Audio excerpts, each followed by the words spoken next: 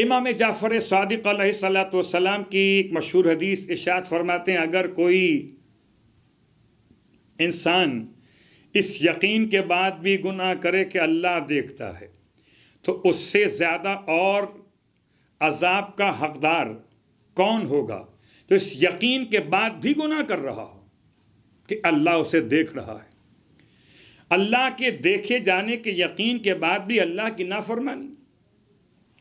اللہ اکبر۔ امام فرماتے اگر اس کو یہ یقین نہ ہو کہ اللہ دیکھ رہا ہے اور پھر وہ گناہ کر رہا ہو تو دائرہ ایمان سے خارج ہے۔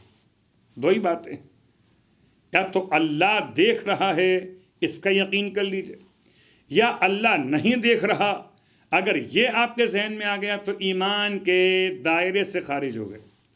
اور اگر اللہ دیکھ رہا ہے تو کم از کم اتنا تو خیال کیجیے کہ جتنا خیال کیا اپنے ہاتھوں کے بنائے ہوئے پتھر کے بتوں کا زلیخا نے جب یوسف علیہ السلام کی طرف ارادے گناہ کے لیے ہاتھ بڑھانا چاہا تو جن پتھروں کے بنے ہوئے بتوں کو خدا مانتی تھی ان کے چہروں پر کپڑے ڈال دیے۔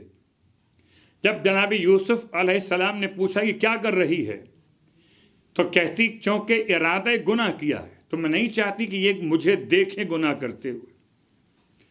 آپ نے ارشاد فرمایا کہ تو ان بے جان مٹی اور پتھر کے بتوں سے شرم کھاتی ہے تو کیا مجھے اس کا خیال نہیں ہوگا کہ جو تمام کائنات کا پیدا کرنے والا ہے۔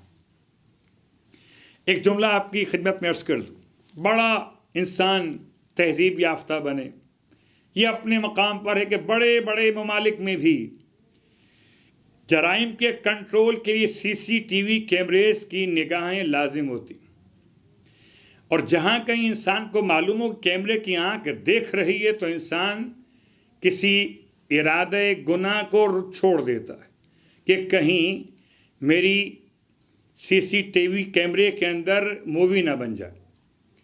اگر یہ کہا جائے خدا دیکھ رہا ہے تو انسان ایسے لگتا ہے جیسے سنا ہی نہ ہو۔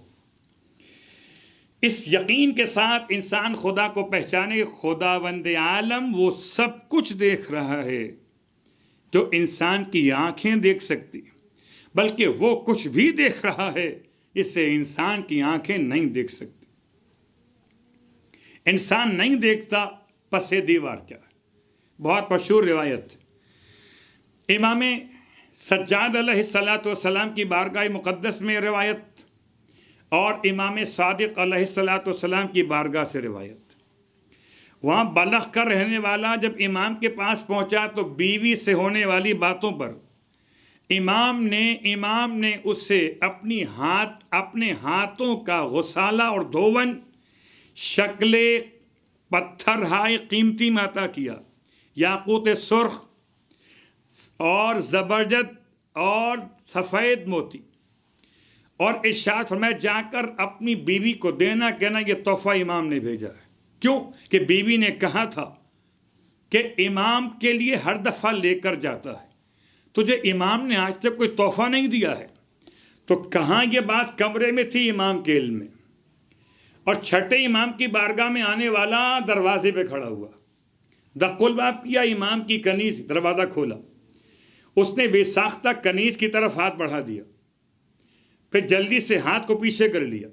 جب امام کے پاس پہنچا امام نے ارشاد فرمایا تم کیا سمجھتے ہو کہ کیا پسے دروازہ ہم نہیں دیکھ سکتے؟